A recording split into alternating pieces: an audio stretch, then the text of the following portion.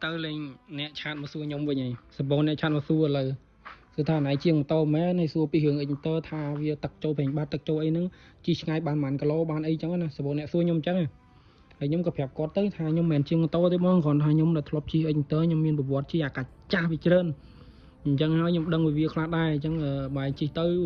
ពេញបាត់ចូលទឹកបាយអត់តធ្វើបាយជិះទៅជិះឆ្ងាយមិនអីចឹងខ្ញុំប្រាប់ឲ្យថាប្រហែលគីឡូត្រូវឈប់ម្ដងអីចឹងណាហើយកុំតជិះប៉ុន្មាន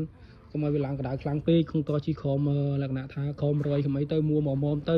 បើថាទឹកចូលពេញបាត់វាអត់គប់ពេទេបងតែបាយជិះឈប់កុំឲ្យតែបាយលេងកប់រហូតចឹងវាអាចនឹងលឹបពេណាមើលចឹងណាលឹបពេយិន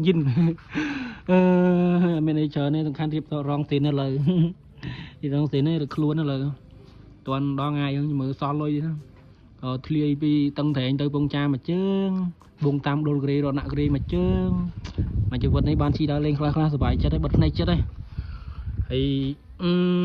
មានអី